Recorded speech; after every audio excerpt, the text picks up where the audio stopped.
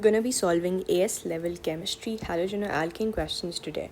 So the first question states, it's from May-June 2013, paper 13, which type of reaction happens during the hydrolysis of 2-bromopropane? You got to realize one thing, what kind of reaction is a hydrolysis reaction? Hydrolysis means addition of water into anything. Okay, so basically you're adding H2O into 2-bromopropane. What are you gonna expect? I don't know if you guys learned stuff or not, or you ignore stuff, you have not learned the reaction so far. That's like pathetic. You have to learn them. So 2-bromopropane means that you have, I'm gonna explain everything in detail and I'm gonna try my best to make sure you guys understand. So kindly pay attention, and secondly, if you don't understand any stuff, just feel free to ask. 2-bromopropane. Propane means there are going to be 3 carbons, and 2-bromo means that the bromine is going to be on the second carbon, and all this is H. Now, when you add water to it, there is going to be, water means you have an H and you have an OH. Now you add water and then you heat it. You heat it under reflux. And then your bromine over here, this bromine is going to be replaced by this OH. Got it? So this OH is going to come in place of bromine. Bromine is going to be removed from here.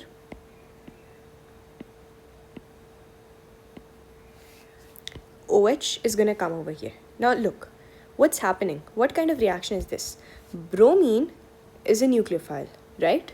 Because it has like a negative charge. It has, it's going to have electrons, so it's a nucleophile. One nucleophile, OH negative, is also a nucleophile because it has a negative charge replaced by another nucleophile. So this is called nucleophilic substitution. So over here, OH is going to attach. And what you're going to form H plus ions and Br negative ions. Got it? So this is electrophilic addition, no. Free radical substitution, no. Nucleophilic addition, no. Nucleophilic substitution. Next question. Halogenoalkanes react with hot ethanolic potassium cyanide. You know, this is a nucleophilic reaction again because you have an halogenoalkane and then you have potassium cyanide. Cyanide ions, Cn negative ions.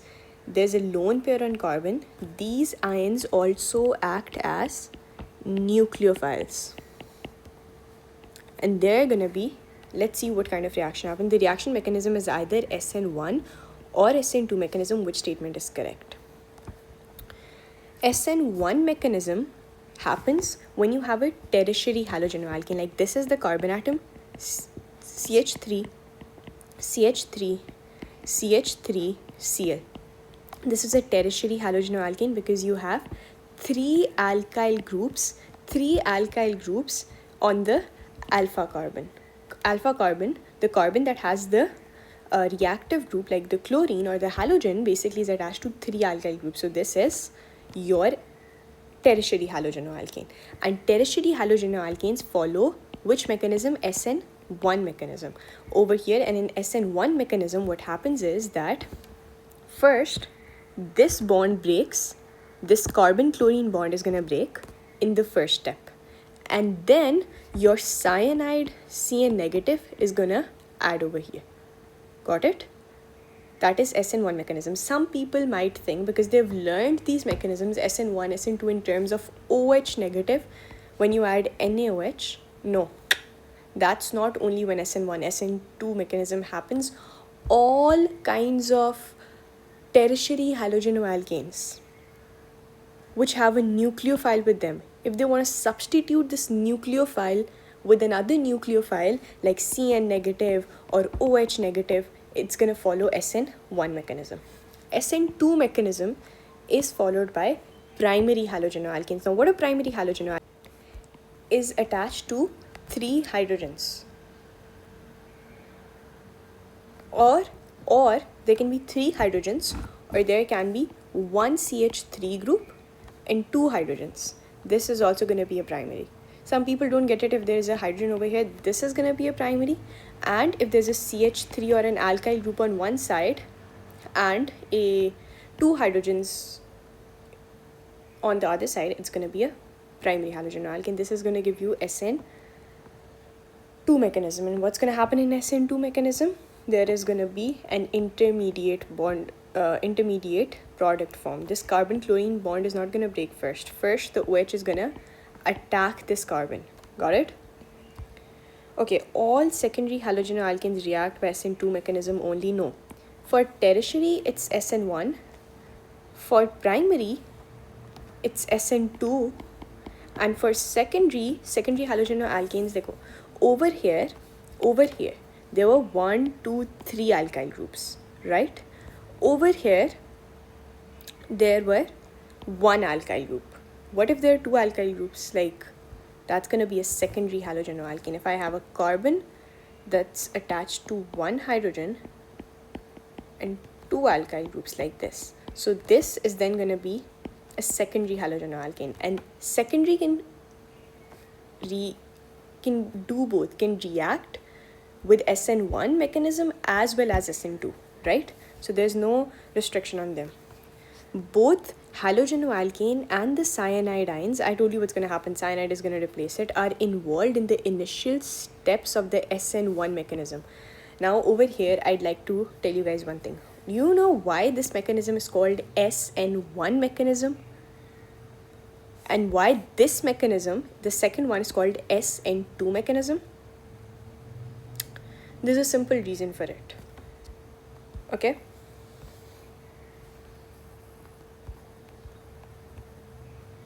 Look over here. If I tell you guys that in my SN1 mechanism, what happens is that I have a tertiary halogenoalkane which has a carbon, CH3, CH3, CH3, Cl. Okay? What's going to happen? This carbon is going to be partially positive. This chlorine is going to be partially negative. Why? Because this is a polar bond. Chlorine is more electronegative than the carbon. Then what's going to happen? This bond is going to break heterolytically. Chlorine is going to take the electrons, and now carbon has no electron, like 1 electron is lost. So we're going to form a carbocation.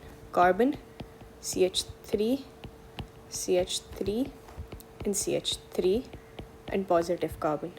Now what's going to happen is, since we have added NaOH to it, the OH negative ions with the lone pair are going to act as your nucleophiles. Nucleophiles mean they have lone pair. Now this nucleophile, because it has a lone pair of electrons, is going to attack the partial positive carbon, right? And when it attacks the partial positive carbon, the next step is going to be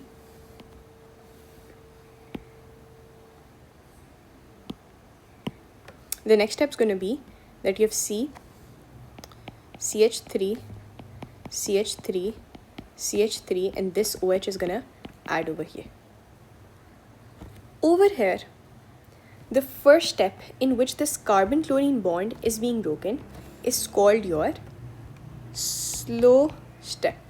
And the second step in which the OH nucleophile attacks the carbocation, this step, it's called your fast step. Now what happens is, this 1 over here means that 1 means rate of reaction is affected by one species. Okay, rate of reaction is only affected by one species. Now what's that one species? What do you guys think? How can you increase the rate of a reaction? If you want to increase the rate of reaction, are you going to increase the fast step or the slow step? Obviously, if you increase the slow step, you can increase the rate of the reaction, right? What kind of species are involved in the slow step? Only one species. That's the halogenoalkane, the tertiary halogenoalkane. Got it? So, in SN1 mechanism, increasing the amount of your tertiary halogenoalkane, increasing your tertiary halogenoalkane can only increase your rate of reaction. Increasing OH is not going to affect the rate of reaction because that's already a fast step. You know, make the slow step fast. So only increasing the amount of the halogenoalkane is going to increase the rate of the reaction. Got it? That was for SN1 mechanism. Now we come to our second mechanism, that's SN2 mechanism. Carbon, wait a sec. You have to realize one thing over here.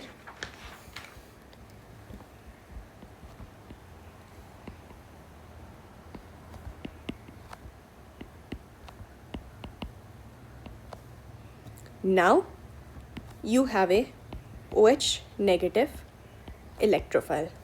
That's simply going to attack this carbon. That's going to be the first step. And there is going to be an intermediate formed. Why the intermediate has negative ion? Because there's OH negative attached to it. Br CH3 HH, and then there is an intermediate OH. Realize one thing. This is the first step. How many species are involved in the first step? 1, 2 species. This is attacking this. That's why this is called SN2 mechanism. This 2 over here is telling you that the rate depends on 2 species, OH negative and the halogenoalkane. These 2 species, if you increase them, you can increase the rate of the reaction. Got it? Now over here, now what's going to happen? This carbon-bromine bond is going to break from here. So CH, CH3, OH, and the bromine negative with a lone pair of electrons. Got it? Understand this. So in SN1, rate depended by only the tertiary halogenoalkane. In SN2, rate dependent on the tertiary on the primary halogenoalkane as well as the nucleophile. Let's go back to what we're doing. Both halogenoalkane and the cyanidine are involved in the initial step of SN1 mechanism. No, in the initial step of SN1, they have written cyanidine. You can think of this cyanidine as this OH negative, because no matter what nucleophile you take cyanide, you take OH negative, whatever nucleophile you're going to take, but the steps are going to be the same for nucleophilic substitution. Okay, so that was what I wanted to explain. And the second thing is that in SN1, this only the tertiary halogenoalkane is involved in the first step. This is incorrect. Chloroethane reacts with cyanide ions by the SN1 mechanism. For that, we'd have to draw the structure of chloroethane to understand. Chloroethane means there is going to be ethane. Ethane means 2 carbon. Chloro means Cl. Check it for yourself. What do you think? Is it going to react with SN1 mechanism or SN2? Carbon has 2 hydrogens attached to it in 1 chlorine. This is a primary halogenoalkane. And primary halogenoalkanes give you SN2 mechanism, not SN1. The SN2 mechanism involves a short-lived negatively charged transition state. Didn't I explain you this? The SN2 mechanism involved this negatively charged transition state. And why is this negatively charged? Because of this OH. Dekho, before this OH was there, this was a neutral thing. Now OH is negatively charged. Since it's going to add over here, this entire thing is going to get a negative charge, but this is going to be formed for a very, very, very short period of time, and immediately then the carbon-bromine bond is going to break, and then the OH is going to replace bromine. Got it? Chalo. Next step. This is going to be the answer. I hope you understand, because if you don't understand, there's no skill in just learning the answers and not understanding stuff. Okay. Bromine reacts with alkenes by electrophilic addition. You know what's electrophilic addition? Electrophile added. Alkenes are going to react with bromine, in which a cation is formed as an intermediate. Which mixture will produce the most stable intermediate cation? You know, what's going to happen is, I'm going to explain it to you that how bromine is going to react with all of this. So let's just copy this stuff. and solve it by drawing all intermediates.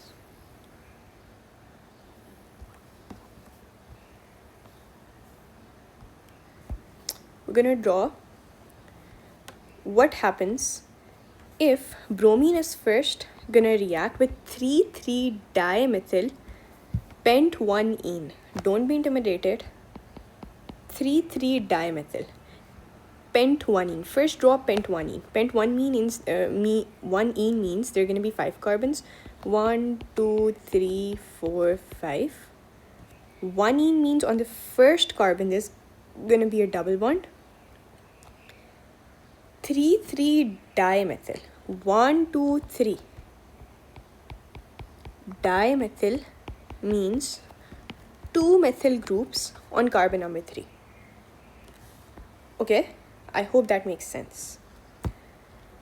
In the remaining places, you just add the hydrogens. Perfect. Now, make a bromine. Bromine, bromine. When this bromine is gonna come near this 3,3-dimethyl pent-1-ene, what's gonna happen? There is a cloud of electrons over here, okay? And these electrons, because there's a pi bond, are gonna basically pull this partial positive bromine. There's gonna be a dipole induced in bromine. Bromine is not having dipoles because both have equal electronegativity. Good. But when this bromine comes near this nucleophile, which is the pi bond, this pi bond, because there are electrons here, these electrons repel the bonding electrons here. Okay? Try to make sense of what I'm trying to say. The electrons in the double bond repel the bonding electrons. These electrons move down towards this bromine, and the upper bromine becomes partial positive. Partial positive, partial negative. And then this attacks this bromine because it's partial positive. This bond breaks heterolytically. Both electrons go towards the down bromine. And now, what happens? What happens next? You have this bromine attached to the carbon that has less hydrogens. The positive part, Markovnikov's rule. Everything makes sense, okay? I'm not just doing things in air. The Markovnikov rule says that the positive part is going to attach to the carbon that has less hydrogens. So this is the carbon with less hydrogens. So, next step, instead of copying, let's make everything so we know. What are we doing? 1, 2, 3, 4. Double bond broken. C. H. H. This CH3 and CH3 don't even matter over here. Okay? Bromine is gonna attach here. And the carbocation that's gonna be formed is gonna be formed here. This carbon is gonna form the carbocation. Now, what kind of carbocation is this? One alkyl group on this side, one alkyl group on this side, one hydrogen above. Primary, secondary, or tertiary, when you have one hydrogen, that's a secondary one. If you have two hydrogens, that's a primary. And if you have no hydrogen, that's a tertiary halogenoalkane. So we are forming a secondary halogenoalkane. Not halogenoalkane, I'm so sorry. Carbocation. A secondary carbocation intermediate. A secondary carbocation intermediate. Got it? And what's the stability of the carbocations? Tertiary one is the most stable, then secondary, then primary. Okay, ethene plus bromine. Let's check it out. Ethene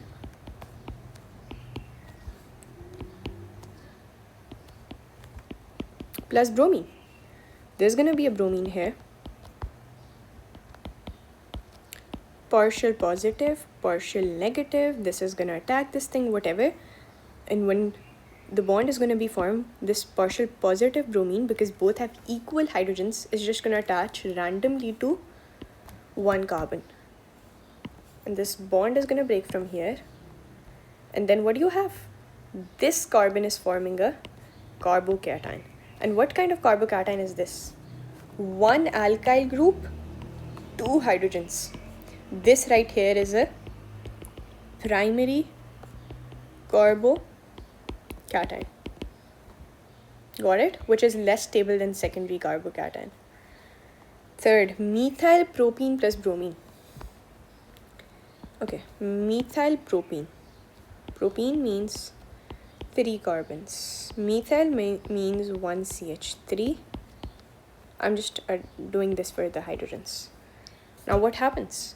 You have bromine, partial positive, partial negative. This is going to attack this. Then what's going to happen is the positive bromine is going to attach to the carbons with less alkyl groups or more hydrogen. So this is going to attach here.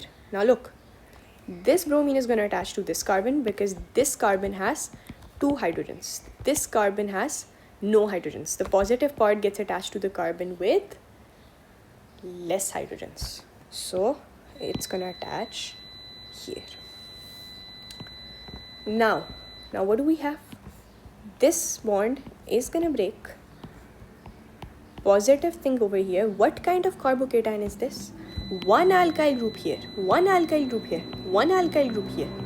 So what kind of carbocation did we form? One alkyl group here, one alkyl group here, one alkyl group here. This thing is called a tertiary carbocation, and this is the most stable form of carbocation. So we got our answer. This one's a secondary, this one's a primary, this one's a tertiary. Obviously it's going to be option number C. But still, for your convenience, I'm going to check propene and bromine. So if you have propene means there are going to be 3 carbons like this. And now if I add bromine to it, there's this bromine, and now you know what's going to happen is that this bromine, which is going to be the positive one, is going to attach to the carbon that is less hydrogens. It's going to attach here. This bond is going to form like this. This bond is going to break like this. And then what kind of carbocation is going to form? This is going to be the carbocation that has 1 hydrogen and 2 alkyl groups. 1 hydrogen and 2 alkyl groups. This is going to be a secondary carbocation intermediate. So the most stable one is going to be the tertiary carbocation intermediate. Okay, why? Because the alkyl groups, these alkyl groups, are electron donating groups, and this carbocation is highly unstable because it lacks electrons. It needs electrons. So where is it going to get these electrons from? From this is where it's going to get its, not electrons, it's going to get an positive inductive effect, like electron donating effect. Like it knows I have someone that can give me electrons in case I need. So it's going to be stable because it has a positive inductive effect because of these alkyl groups. But over here, this carbocation, that's a primary one, it has only 1 alkyl group. So it's going to be unstable because it knows it only has 1 electron donating group. In case it needs electrons, there's only 1 group that can give it. So that's why.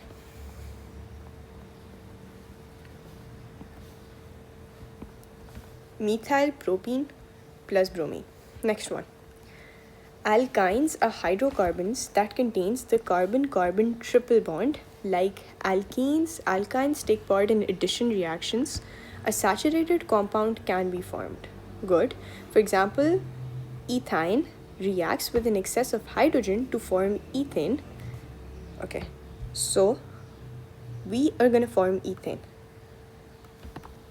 Hydrogen, 1 hydrogen above, 1 hydrogen below, 1 hydrogen above, 1 hydrogen below. And the double bond is going to break and there's only going to be a single bond. Propine, okay, C3H4 undergoes addition reaction with excess hydrogen bromide in 2 stages. Markovnikov's rule applies to the addition of HBr at each stage. What is the main product obtained when propine reacts with an excess of hydrogen bromide? Good question. For that, first you need to realize one thing. You have to realize the structure of propine. That how is it gonna look?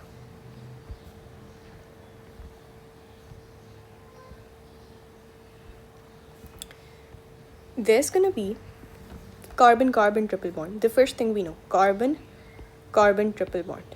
And now we need to add 4 hydrogens. If you're unable to draw the structure, unable to realize how the structure is going to look like, then you won't be able to add things into it. So again, I can add a carbon here, a hydrogen here, H. Now this is the structure I'm making out of my own free will. Okay? How to stabilize it. That's the only way I can think of stabilizing it, because I know there has to be a carbon-carbon triple bond, because that's a propine. And ine thing means there's going to be a carbon-carbon triple bond. I made a bond here. Then there was this carbon, I added 3 hydrogens here. And then there was this carbon, I added 1 hydrogen here. Good? We're good to go. Now what do? Simple. I have to add HBr to it. Look over here. When I'm going to add HBr, what does the question says? Undergoes an addition reaction with an excess of HBr in 2 stages. Markovnikov rule applies to the addition of HBr at each stage. In the first stage as well as in the second stage. What is the Markovnikov's rule? Markovnikov's rule says the positive part, which is this, and this is the negative part. The positive part is going to go to the carbon that has less hydrogens. That is more hydrogen, sorry. That is more hydrogens. And the negative part is going to go to the carbon that has less hydrogens. So this is the positive part. Where is it going to go? To this carbon or this carbon? To this carbon, because this carbon has more hydrogens. So I'm going to attach this positive part here, and this one bond is going to break from here. And now what's going to happen is the negative part is going to go to this carbon right here. Done? Now look over here. I have to get the main product. Now HBr is going to add again into this. This is the product formed after the first addition of HBr. Now there's going to be a second addition of HBr. Hydrogen, bromine. Hydrogen is the positive part. Positive part gets attached to the carbon that has more hydrogens. Where are there more hydrogens? To this carbon should I attach it, or to this carbon? Which carbon should I attach this hydrogen to? This or this? Obviously this one, because it has more hydrogens. Positive part gets attached to a carbon that has more hydrogens. So it's going to be here, and then this bond is going to break. And next, the negative part gets attached to the carbon that has less hydrogens. It's going to attach to this carbon. That is the product that we're going to form according to 2-stage Markovnikov rule. How did I do the 2 stages? Simple. First added HBr according to Markovnikov's rule. Hydrogen went to the first carbon that has already 1 hydrogen, and the bromine to the carbon that has no hydrogens. Second, again hydrogen went to the carbon that has 2 hydrogens, and the bromine to the carbon that has no hydrogens. Got it?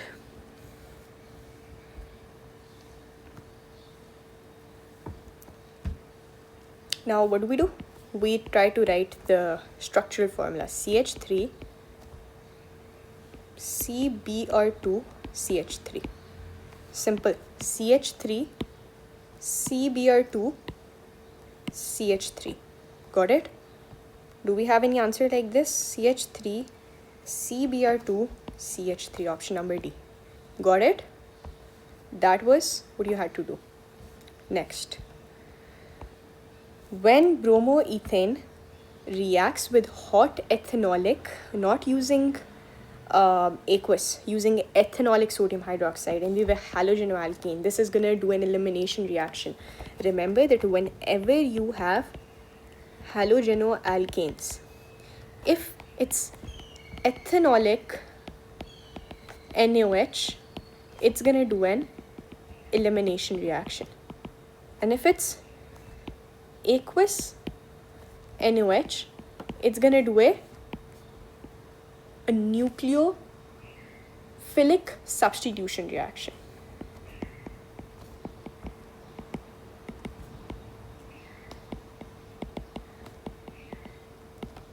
Done. This gas, colorless gas is formed. What kind of gas is going to be formed? Draw it. Try to make it. What is the colorless gas? If you don't do the things in stepwise, they're going to be disturbing. But if you do it in a proper way, you're going to understand. Okay, so over here, we're going to draw the structure and then realize what's going to be the gas. Bromoethane means 2 carbons. 1 carbon is bromine, and then there are hydrogens, hydrogens, hydrogens, hydrogens, hydrogens. Bromoethane. Done. Hot ethanolic NaOH. NaOH. Look over here what's going to happen.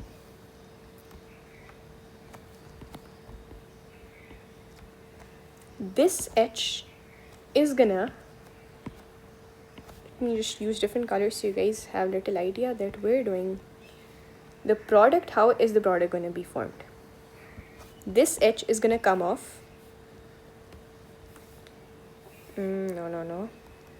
From here, and it's going to join with this OH, and it's going to form water.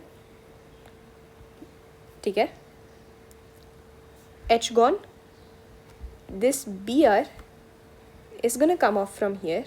It's going to join with this NaOH, and it's going to form NaBr.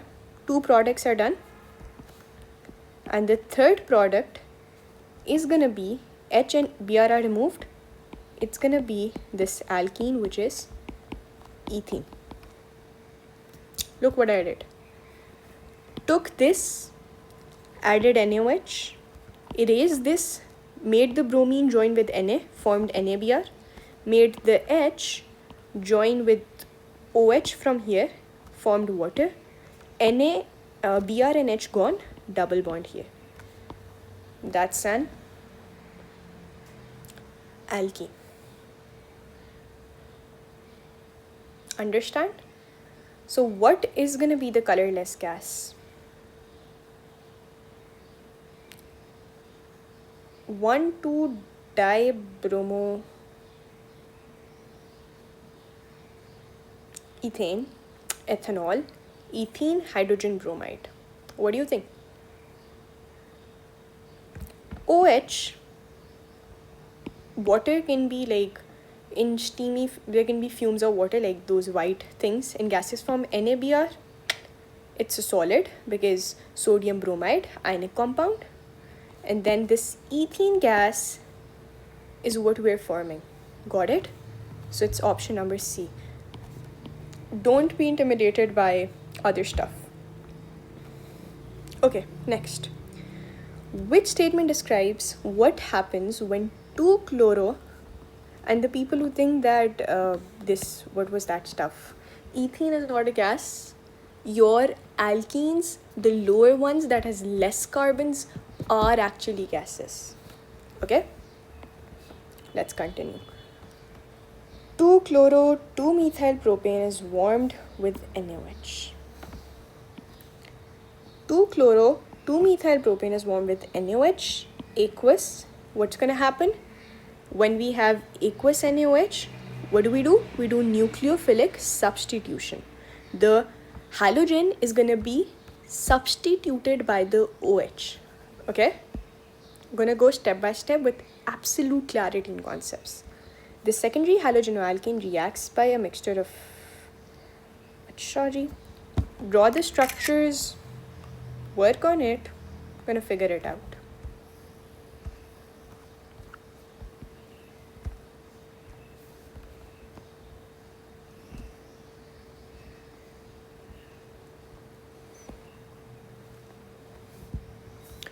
Chloro-2-methyl-propane. Propane means with 3 carbons, 1 carbon, 2 carbon, 3 carbons. 2-methyl means on the second carbon I have a methyl group. Two chloramines on the second carbon have a chlorine group. What is this? Is this a primary, secondary or tertiary halogenoalkane? One alkyl group on top, one alkyl group here, one alkyl group here, three alkyl groups, a tertiary halogenoalkane. And whenever we have tertiary halogenoalkane, what kind of mechanism we follow? SN1 or SN2, we always follow SN1 mechanism. Got it? The secondary cross, the tertiary halogenoalkane reacts mostly by SN1 mechanism. Simple. And what happens in SN1 mechanism? I think it should be clear that we're gonna do this stuff. Break the bond, add the nucleophile, done. Which row describes the solvent used and the type of reaction occurring when bromoethane reacts with NaOH to form ethene? Bromoethane reacts with NaOH to form ethene. Bromoethane, this is my bromoethane, okay? Two carbons, bromo, reacts with NaOH to form ethene. What did I tell you? Whenever we have to form alkenes, we do elimination reaction. For elimination reaction, the NaOH is alcoholic, or you call it ethanolic NaOH, because it's dissolved in ethanol. Why not in water? Because then water is going to replace and do other stuff. So the solvent here is going to be ethanol, and the reaction is going to be elimination. Why elimination? We're eliminating a molecule. What are we eliminating? Look, this entire HBr is being eliminated from this halogenoalkane and we form a double bond here. Look, that's why it's called elimination. Which compound reacts most rapidly with aqueous silver nitrate by SN1 mechanism? You might think, what is this, that and this? No worries. You got to realize the bond strengths of carbon chlorine, carbon bromine, and carbon iodine here. That is what's important. Look, one chloromethyl propane. Propane means you have three carbons. One chloro means on the first carbon you have chlorine. Okay. Two chloro, two methyl propane. Carbon, carbon, carbon. One chloromethyl propane. Methyl is going to be over here, because you know you cannot add methyl on the first. Why can't you add? Because otherwise this is going to be the longest chain, and if this becomes the longest chain, then this becomes 2-chlorobutane. 2-chloro means chlorine is going to be here and methyl is going to be here. Good? Now see what magic is going to happen. One iodomethyl propane, same thing, just iodine in place of chlorine.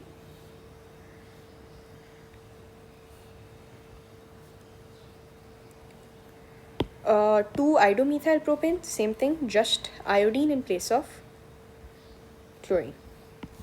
Erase the chlorines, place the iodines.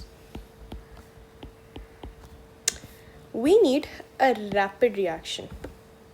For rapid reaction with silver nitrate, we're going to form like the silver chloride or iodide. We need the carbon chlorine bond to break and the carbon iodine bond to break. We need this bond to break. What is going to break faster, the carbon chlorine bond or carbon iodine bond? What do you guys think? What's going to break faster? The carbon iodine bond, because it's longer. It's less stable. Carbon chlorine bond is stronger. So for rapid reaction, we need carbon iodine bond. Because look, this is carbon, this is chlorine. So there's a shorter distance, but this is carbon, This is iodine. So there's a longer distance which makes the bond weaker. So this is going to break more easily and then the reaction is going to happen faster. So we cross out this and this. Now out of this, what do we need? When this is going to break, what is going to happen? A carbocation is going to form. SN1 mechanism. SN1 mechanism says that a carbocation is going to be formed, right? So if you break this bond from here, what kind of carbocation is going to this carbon be forming? There's hydrogen here and hydrogen here. This is going to be a primary carbocation. But when this is going to break from here, what kind of carbocation is going to be formed here? There are 3 alkyl groups. This is going to be a tertiary carbocation, which is more stable. So what do you think is going to form more? A primary carbocation or a tertiary one? Obviously a tertiary one. And secondly, SN1 mechanism doesn't form primary carbocations. So it's 2-isomethyl propane. I hope you understood. Thank you.